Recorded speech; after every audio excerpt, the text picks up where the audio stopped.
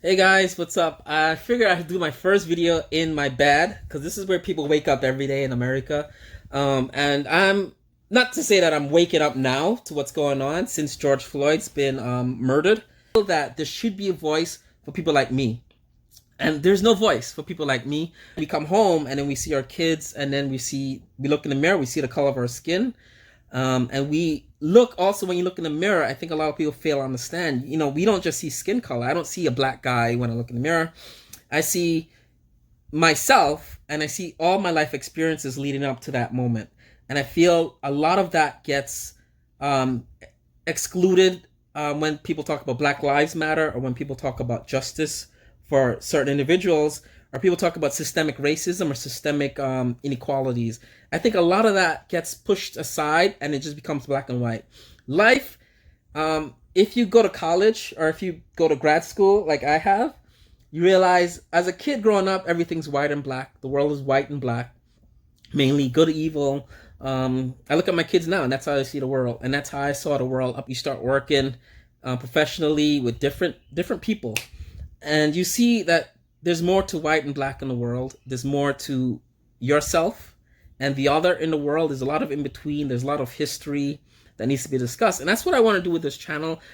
Obviously, it's going to veer politically, but I want to stay away from that because me and my wife, first of all, we're well off. We are West Indian. We're children of West Indian immigrants, all American citizens, and we're very lucky to have the upbringing we've had. My parents were both professionals, or something like that. So we come from well-off backgrounds, not well-off economically, but well-off, I want to say socially. We're loved by our parents. My parents are divorced. My wife's parents were never married, but that didn't make a difference for us. We would, looking at us, you would think we'd fit in the statistics of where Black America go wrong with single parenting and absentee dads. But no, my parents were there. My grandparents on both sides of my mom and dad were in my life. Same thing with my wife and her grandparents were there. George Floyd thing came about. I was very affected by that. I shot videos like this a lot of times, but deleted them. Not sure what I wanted to say and who my audience was. Because like I said, I come from where we live in a bubble, where we live in New York, Westchester, New York, where it's racially diverse, economically diverse, to some extent, not all the way as you would want, utopia society, diversity, but we're diverse in a way where I'm comfortable living here. I don't have a fear of local law enforcement. And I question, should I, when I see stuff? But I don't have that. We don't have cops. I don't see that where I am now. I did grow up in Brooklyn, in several neighborhoods in Brooklyn in the late 80s and 1990s. I went to public school in Brooklyn and saw the George Floyd on YouTube as I'm working on the side, and that broke my heart. I was really upset by that. And it's weird. I've seen a lot of stuff in my lifetime, in reality, on camera, on TV. But that, for some reason, something about that. I think half the planet, or 75% of the planet, that's supporting the BLM movement, supporting the George Floyd, saw that, and something about it. To this day, I don't know what it was that just broke my heart. Like, I was just extremely depressed, and I'm not sure if the year with the COVID, with being locked in for 90 plus days until it happened, just build everything up. We're dealing with Trump and his rhetoric for 3-4 years now. It just built everything up, and then it was like a summit, and I think Floyd was the summit of all these emotions, and I was really depressed for like a couple of days. I didn't show it. I wrote some stuff on my Facebook supporting him. I've not really supported BLM before, but I had to put something to support what they're doing. Something about it myself I saw, and I broke my heart. And since seeing that on YouTube, YouTube has this algorithm. So if you watch something and that was like racial profiling or police brutality, you go the next day or the next couple of days, all you see in your feed is police brutality videos. And I'm not one for clickbait. I'm not really click the wrong stuff. I usually go and hone in on what I want. But for some reason, because I was so depressed, and I'm thinking to myself, like, what does this mean? And I clicked a couple of those videos, and it weren't just one video, 2 videos. And it wasn't just a period of time and then you don't see video of this anymore. It's videos from a week before George Floyd being murdered to going back to like 2010.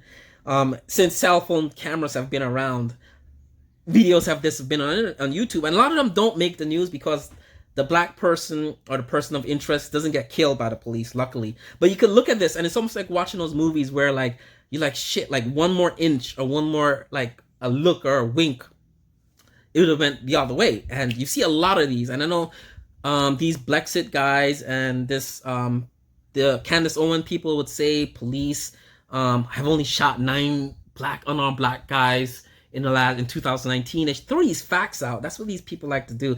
I don't like facts when it comes to sociology. I get into that. I have to organize with this video a little bit more, but I don't want to get into that now. But there's thousands of these videos, and I was like, and it was, some of them are light as, you know, someone's jaywalking, a cop stopped them and you see ID, or someone's doing work outside. The Colorado one got to me. The kid is working, he's picking garbage up with one of those pickers and a bucket, and he's putting the garbage in, and the cop stops him for, I think it went on for like 30 minutes, and then the whole department came with guns drawn, and this poor college kid, because his college ID did not have his address that he lived in a dormitory. In fact, at some point in the video, halfway through the video, a white girl comes on, looks out the window or looks out the door and says, "Oh yeah, that's Robert. He, you know, I don't know his name. Yeah, that's Robert. He lives in like 3B or 3A. He's good." The cop still wants to see. I need to see your date of birth. I need to know who you are. Like, you have to show me all your ID. And I've been to college, and your college ID don't have your address because you're a college student. It's at most it might have your date of birth, and it'll have a barcode for going in and out of campus or whatever. But college ID doesn't have anything. When you're in college, if you're overseas or a visa student or something, or from out of state, normally you don't walk around with your driver's license. I didn't have a driver's license in college, so you don't have a driver's license IDs like that as a college student. In college, what's college age? Like 18 to like 22. You know, what IDs do you have? I mean, most Americans don't have a passport. So, you know, I saw that this kid is like, "Oh, I have to go to work. I'm going to study." That was 30 minutes of his life. And I saw another video where a guy is going out of his house, and the cop stopped him, detained him for the day. He's just going to work. The cop and he's not the guy they're looking for. An old black guy. These cops arrest him. No questions asked. No, like, "Where are you going? Let me see some ID. Where do you live?" And the guy's like totally confused. And if I was getting arrested like that, I would be very upset, especially if I'm going to work and maybe I could lose my job. I'll be upset, and I don't know what I'll do. I mean, I'm a calm person, but not everyone is like that. And if I'm like, what's going on? What's this stop? Why are you arresting me? What's going on? I don't want to get arrested. I didn't do anything. I just woke up the morning, took my garbage out at breakfast, left. So he's confused, and luckily he's an old guy. He didn't resist. They took him in, sent him home like the next day or the night, saying you're the wrong person. They never caught the person. The guy could have lost his job. And then you have the whole thing where black men are lazy, black men are unemployed. If you're getting stopped by police as frequently as I've seen on YouTube, and you're on your way to work or in school studying or whatever you're doing, you're going to tend to lose your job a lot as a population. Like I said, I know these Brexit guys say, "Oh, black men only got shot 9 times or killed 9 times by police." But these are not even, some of these people aren't even arrested. So it didn't make a stat. It didn't make a factual number. But if these YouTube videos or these videos did not exist, I would know about this. Most people marching on bridges right now won't know about this, but it's on the internet. And if you do your research, you'll see that it's a lot more than you would think. And that's made me depressed even more. And then because of that, I saw the counter argument against this. For some reason, YouTube thinks, "Oh yeah, Olaf has seen enough police beating up black people videos. So now let's show Olaf some Republican." Hey guys, I took a break to bring my kids to the backyard for a bit. It's really hot today, so I just wanted to go right back inside. So I'm out here, my wife is inside cooking. Well, basically, after seeing a bunch of these videos of police beating up black people, arresting them, whatever, YouTube, some weird plot twist, figured, hey, Olaf probably wants to see a bunch of Trump supporters video or the opinions on the other side of the Black Lives Matter movement and opinions of George Floyd. And I think at the time, I don't know who these people are. Candace Owen, someone had sent me a clip of something she said. First of all, I put something on my Facebook. I'm not opinionated on stuff like this a lot of the times, but I felt like I was so depressed from this, I had to say something. And someone had sent me a link of Candace Owen talking about George Floyd. And like I said, I have a lot of Republicans friends, family members, in my family, in my crowd. So sometimes I see opinions and they don't really say much about why they support Trump or why they support what they support. So we don't really talk politics. I'm not a political person per se. I'm actually thinking about going into politics now because I feel like I need to, in a way. Like when you see things happen and you feel like you need to get involved somehow. So anyway, someone sent me this Candace Owen video where she denounces George Floyd as being a criminal, she keeps saying he didn't deserve to be murdered, deserve to die. In a weird way, she does agree that it wasn't murder, that the cop, Derek, was wrong. She goes a long rap sheet of what he did 10 years ago, in 1998 even, like 22 years ago, before a lot of people were born, that's marching on bridges and highways now. 22 years ago, and she brings this up to say, we shouldn't make him a martyr. He's not a martyr, one. He didn't choose to die. And what is a martyr in this whole situation and what makes me depressed is the system of this, they call it an experiment sometimes. You hear America being called an experiment. And seeing that video made you realize that kind of like everything you believe in is kind of a lie.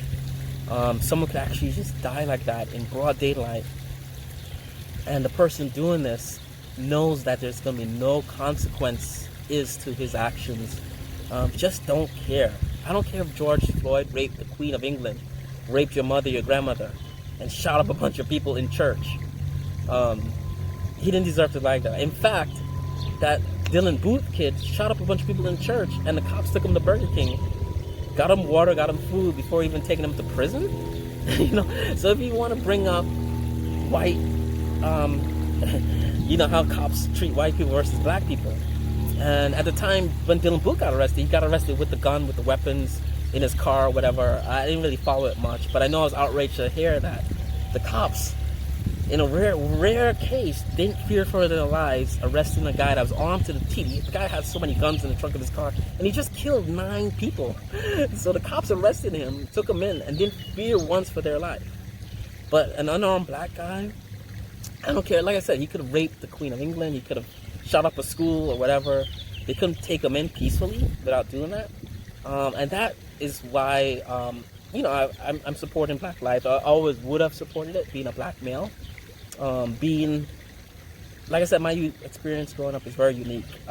I saw both sides of America. I saw 3 sides of America right now. And I think the side that I'm living in, where I live now, is very in a bubble. It's very idyllic.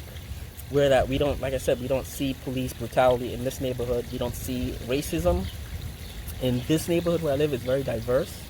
Not diverse in a utopia sense, but it's diverse enough where like you have a little bit of everyone here, economically, racially, as well as age groups. You have young couples like me and my wife with small kids, and you have older people, retired people. You have older families with kids going off to college. They come home in the summers. So we have a nice mix of people here, and everyone gets along for the most part. Like I said, there's nothing, we live in a bubble, so I don't see George Floyd happening on my road down there. I don't see police calling the cops, white people calling the cops on me for sitting in my backyard. I wouldn't see that, Not that it doesn't exist. And that's the thing, I could easily sit here and say, oh, I'm pro-Trump, oh, systemic racism doesn't exist. Oh, black people are treated fairly. Oh, these are all lies made up by the left. I could sit here because my life is comfortable, right? I don't have to worry about George Floyd. I don't have to worry about anything. But I see that and I look at my kids, and I don't want them to grow up in a world where they're living in where we put them as parents, right? I put my kids here so they could come out in their backyard, their own property, and play for hours, to do whatever they want to do. To walk in this neighborhood because it's safe to walk in this neighborhood. So we put our kids here, and I don't want them to go to college in 20 years or go on a trip with their school to maybe another state for sports or something like that and be, snap.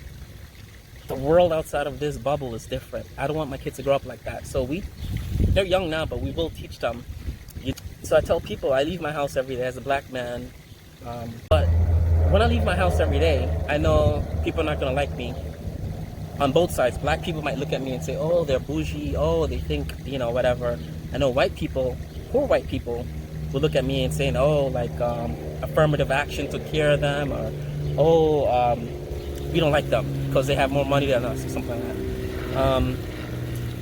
Rich white people might think, oh, they're the Johnsons, they're trying to be like us, or they're trying to come in our circle, and, you know, we're not gonna let them, you know, because they're not like us. They didn't grow up like us, you know, they didn't go to the schools, you know, whatever. They didn't, you know, so we get it from, you know, poor black people, poor white people, and rich white people. So I leave my house knowing that I'm surrounded by people that don't like me, don't like what I'm about, don't like my cause, and that's okay.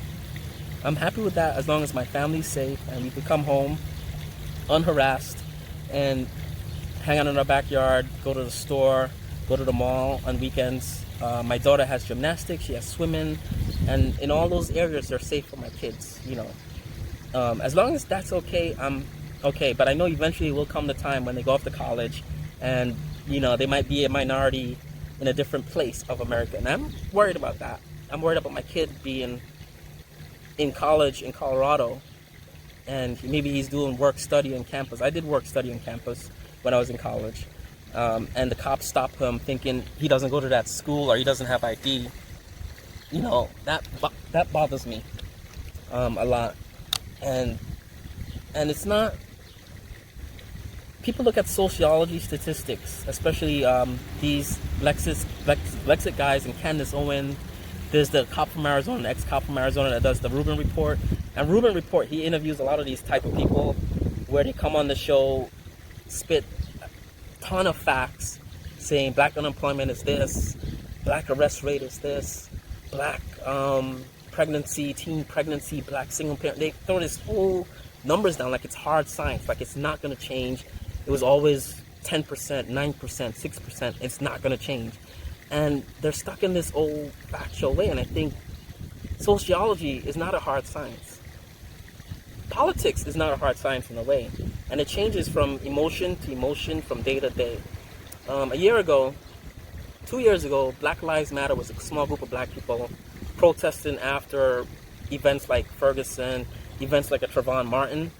And they went out there and protest, and all the people on the right, they're not in the right, but they're on the right, would say, oh, these guys are thugs.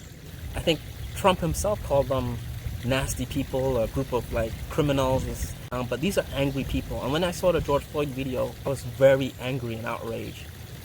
Very angry. And no white person, no Brexit a loyal black person to these white nationalist causes is going to tell me that I shouldn't have felt that way.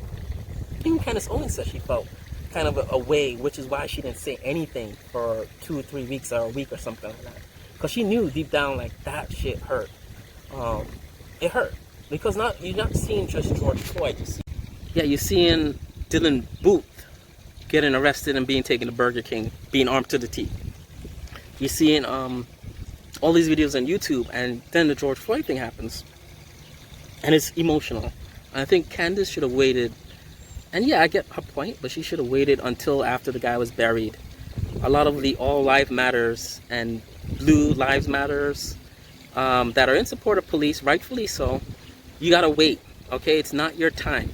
When a cop gets shot, say George Floyd had shot one of those cops, not Derek, but one of the younger ones that just started, first week in the force, and he had shot them and, you know, whatever, then I'd be like, oh snap, my best friends are cops, my family member in law enforcement.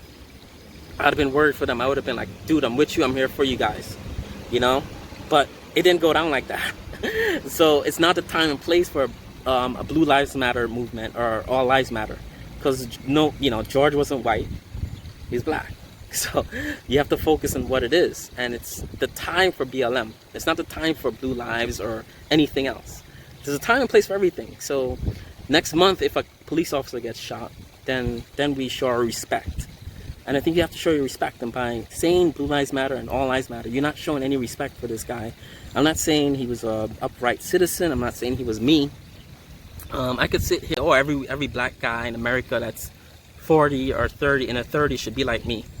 Should have a nice house, Nice backyard, nice cars, kids in private school,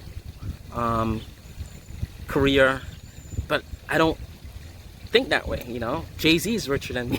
He's never went to college. I could count many black celebrities that are well off than me, that are doing more than I'm doing for the black community, that never went to college. I just want someone to find this video and be like, you know what, I'm like this guy, and I'm living in the middle of this new America, basically.